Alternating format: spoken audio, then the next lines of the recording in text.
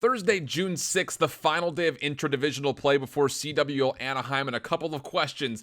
We have a battle for last place between Enigma 6 and Denial. Envy, can they finally find their first search and destroy win this split versus Elevate? eUnited looked to stay perfect versus the Heretics, and was the new splice good enough to take down a top team in 100 Thieves? That plus CWL pools for Anaheim announced in this video coming up.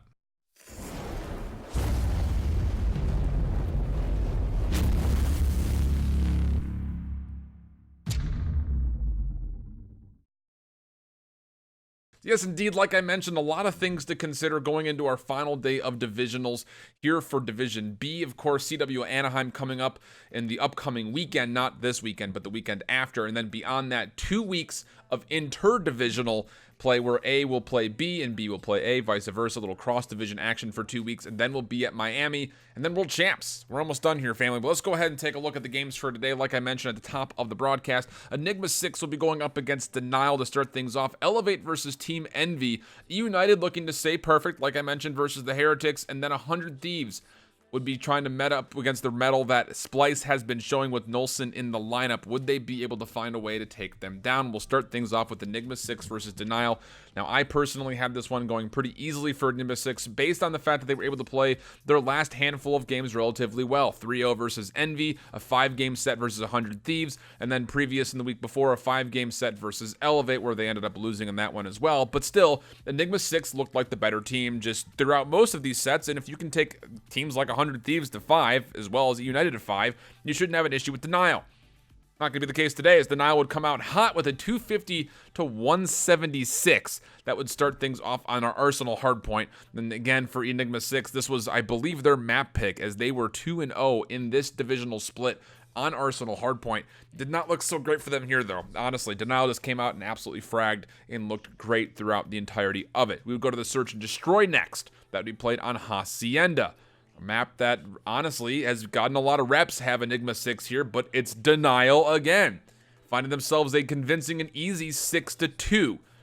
Makes you think, goodness gracious, Enigma 6, how good actually are you? They would come back and let us know exactly how good they should be when they would play up on the Control, finding a very quick and fashionable 3-0 on Seaside. Of all the maps and all the gin joints in all the world, it was a 3-0 for Enigma 6 in the Control. They would bounce back immediately and keep that momentum going with the hardpoint on Gridlock, a 250 to 189. So we'd go to map 5.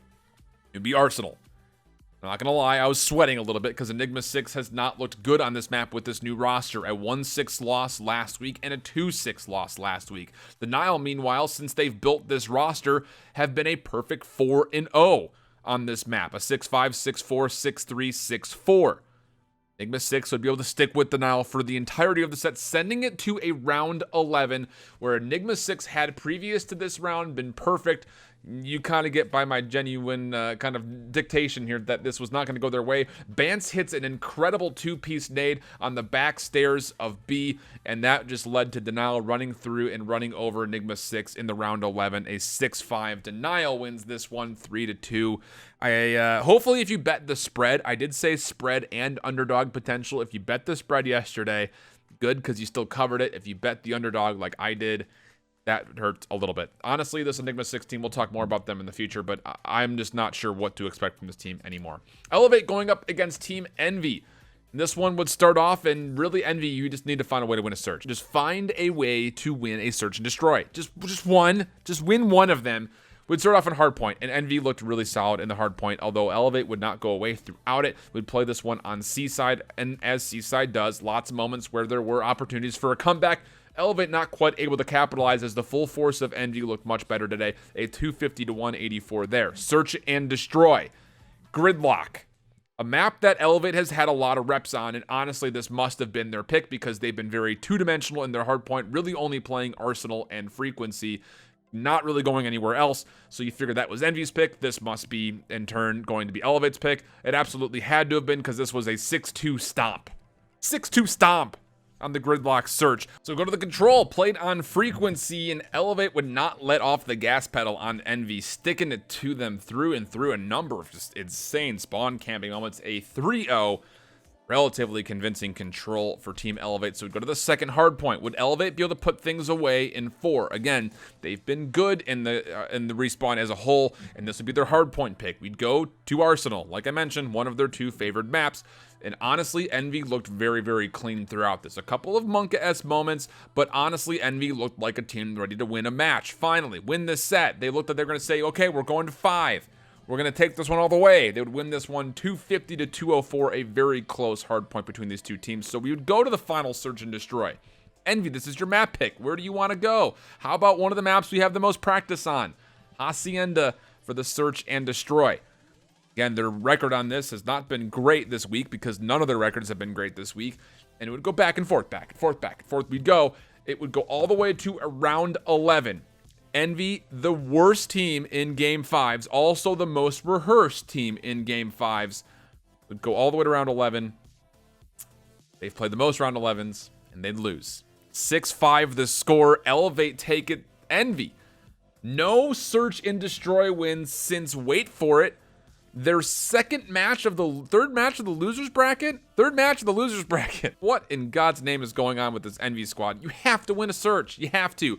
Here's the takeaways. They looked good in the respawn, mostly, without the exception of the control, where, again, they've only actually won 2 control maps this Division B split, so that's not good to see. But their hardpoint looked better. That's just the biggest thing about it, is their hardpoint has looked relatively good. A couple of bad losses in the last 2 weeks, but generally speaking, this is a team that you can count on to do well in the hardpoint. But you have to win a search and destroy.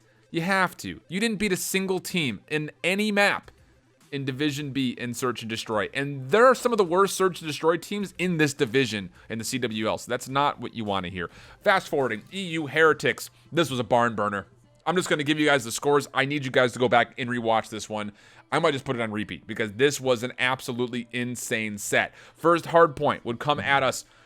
That would be played on frequency. eUnited coming out looking really, really solid, would find themselves a close-knit battle. This is, again, back and forth. I don't know how else I can really say it besides go back and watch this set. 250, 231. eUnited able to squeak one out on frequency. We'd go next to the search and destroy. That's played on gridlock. There have been some vulnerabilities in EU search and destroy over the last 2 weeks. They've still been good. They've only lost 2 times previous to today. And that would actually be echoed to a third, but it would go to round 11 for the gridlock. Heretics, again, I kind of wrote them off a little bit after their loss yesterday versus Splice, where they didn't look all that great, but they looked incredible today versus eUnited. I think eUnited played well, but Heretics also played extremely well. 6-5 the score, like I mentioned. To the control we would go. Frequency, not a map that eUnited is all that well rehearsed on. Take a look at it from Heretics' perspective. They just came off a 3-1 win off of Splice here. They'd go back. They would not find the same success. It would go to round 4 before eUnited could close things out. But again, a very good control game. Go back and rewatch it. 3-1 was the score favoring eUnited. To the 4th map, second hard point. How about we give ourselves some action on gridlock? This is a map that Heretics has played very well the last 2 weeks, even though they've come up a little bit short. A 235 to 250 loss to Enigma 6, a 243 to 250 loss to 100 Thieves, and then a 250-130 over Denial. This is a team that at one point in time looked awful. Last time they played this map, these 2 teams, was in the losers bracket where eUnited stomped Heretics 250 to 80. It would not be the same thing here. Heretics come out with the Fuego, the Vamos, 250 to 230. Game 5 we go. We think it's going to be a barn burner all the way to round 11, and eUnited says not so fast. They take this one no problem. 6-2. They win it in 5, 3 maps to 2. But Heretics, holy cow, what a set that was. I think it definitely raised a lot of eyebrows for a lot of people. Definitely one, like I mentioned, multiple times. Go back, rewatch it. Finish off the day. 100 Thieves, Splice. Don't bother with this one. It was easy peasy, no problem for 100 Thieves. A quick 3-0, 250 to 166. The Arsenal hardpoint. Again, do not play 100 Thieves on Arsenal hardpoint. You're stupid if you do. 6-3 on payload, search and destroy. If you're going to play search and destroy against 100 Thieves, don't do it on payload. And then they went to control. That would be played on more of a neutral ground on gridlock. A 3-2 there. Splice. It goes to show that, yes, you played well. Nolson is a good addition. You guys will do well at Anaheim, or at least better than what you did at London. Top 12, probably a top 8 team with this roster, but not quite there, I don't think, to break into the top 6 with this current formation. It kind of bodes the question of, if Anaheim does not go well, do you make swaps? I think Anaheim has to go extremely well for you to make no swaps if you're looking at this from the perspective of a splice. If it goes just okay, if you finish even top 8, I think you're still going to expect to see maybe some potential moves going through. So let's go ahead and take a look at the standings. Again, a lot of things on the line for the division, as you will take a look as Division A pops up first. Optic, of course, have secured themselves a top 4 spot in Division A, meaning that they are a playoff team. For Division B, eUnited will be up top with a 15-3. They finish off the perfect 7-0 week like Optic did. 100 Thieves only dropping a match to eUnited at 14-4 in total. Heretics at 10-8. Splice at 9-9. Elevate will jump over Team Envy at a 7-11 score, holding the tiebreaker. And honestly, if things don't go well with Splice in the cross division, there's potential for movement here. It's only a 2-game gap between our 4th place and our 5th place, and technically 6th place. Denial 6-12. Enigma 6, 5-13. Gosh, Enigma 6, I want you to do well. I really do. Let's close out the games. You guys can be so good. Taking a look at the schedule, there's all your recap, but now we got to announce the Anaheim pools. Now, before I go too deeply into this, I will say I will be doing other videos that encompass each of these groups in specific. I'm thinking about doing a Pool A and Pool B, and then Pool C and Pool D in 2 separate videos. Maybe I'll just make it all 4. It just depends how loud my mouth decides it wants to go for those videos. So let's take a look at Pool A first. We'll be encompassing of Optic Gaming, Heretics, Evil Geniuses, and Denial. First thoughts are this is going to be an interesting pool. Optic Gaming, clear favorite, I would say here, but Heretics showed some mettle. Evil Geniuses on the rise. Denial has shown that they can take good teams to the distance. Should be an interesting pool without a doubt, especially as you look at it between the Heretics, Evil Geniuses, and Denial standpoint. Any of those 3 teams can win or lose games against any of those other 3 teams. For Optic, you have to go 3-0 in this pool. If you want to be considered a major favorite for Anaheim, you have to go 3-0 in this pool. That has to be the case. There are instances here where I see this potentially being 2-1-2-1 for our top 2 teams and 1-2-1-2 for our bottom. There's also potential for huge ties going through. Who knows? There's a lot of things that could happen in Pool A. I don't think it's nearly as clear cut. My initial favorites, I'd say, would be Optic Gaming and probably Evil Geniuses based on how they've played. But I can't really go into too much detail. I haven't looked at it nearly enough to say who holds the head-to-heads and things like that. That's why you tune in my next upcoming videos. Pool B, eUnited, Reciprocity, Elevate, and UYU. Well, it just, for me, it comes down to the simple fact of Elevate, how good actually are you? We've seen that you're able to take eUnited the distance in a couple different times and do well against top teams. Reciprocity, with the switch from Tommy, obviously taking a little bit of a break for mental health issue reasons, bringing in Dens, they've looked really clean. They went perfect since Dens subbed in their last week of Division A, so there's potential for them to be a surprise. I do not feel nearly as confident in a team like Reciprocity, though, as I do in a team obviously like eUnited. I think this pool should be pretty clear-cut. I don't see UYU winning a set here, to be honest with you guys. Again, we'll talk more about it in the future, but my front runner is just off first initial glance. I got eUnited, Reciprocity in that one. Pool C, FaZe Clan, Splice, Midnight, Enigma 6.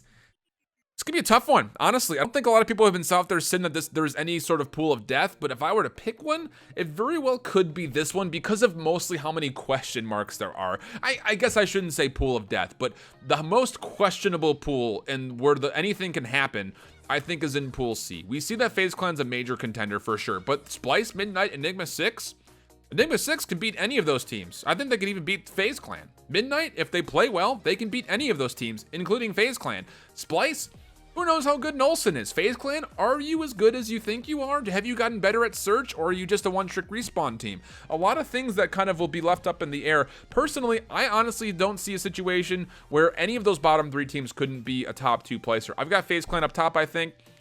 Honestly, I kind of want to pull for Enigma 6 as the number 2 team in there. I know you guys are going to think I'm crazy. Let me know in the comments below how crazy I am. Pool D, 100 Thieves, Gen G, Team Envy, and Luminosity. Who knows? Again, with Ricky in the lineup for Luminosity, could they be good? Maybe. Team Envy, can they win a Search and Destroy?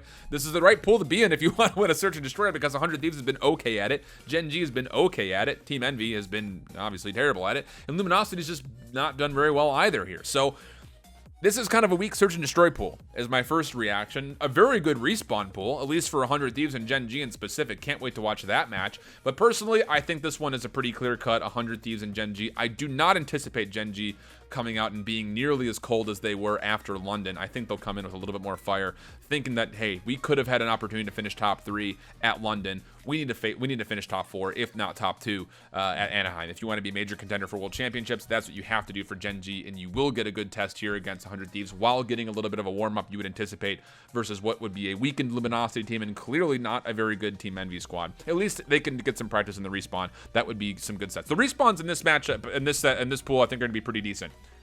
Full things told out for you guys. So that's the pool, kind of just glimpse for you guys. Let me know in the comments below which pool you think is going to be the most entertaining to watch and who you have escaping from each of these pools. Just kind of as a preliminary, again, I will be doing a video to break down each of these pools, whether in 2 at a time or each individually. I haven't decided how I want to do them yet, but keep your eye out for that. You're not going to want to miss it. Subscribe to the channel, hit the notification bell to know when my videos do pop up. You get a little notification icon top right, and you go, hey, what's that? Oh, Shift uploaded a new video. Awesome. Can't wait to go watch that. Beyond that, though, also power rankings, and I plan on doing a Eyes On series to kind of look at what to expect from some of the open teams that we're going to be expecting to see at CWL Anaheim and who your front runners might be in the open bracket. Again, one more open bracket, then Miami will be the qualifier for the top 16 open teams that will join our 16 CWL teams or World Championships. That's all I got. Thanks so much for tuning in and your continued support. We're so close to 10,000 subs. I would love to hit that number before Anaheim. So if you're out there and you watch regularly, or if it's your first time, you said, hey, these graphics are pretty cool, this guy seems pretty awesome, go ahead and hit that sub button, and then we'll catch you next time for all those other videos like I mentioned. I don't want to repeat it again. Till next time, hope you keep holding it down. Later. Bye-bye.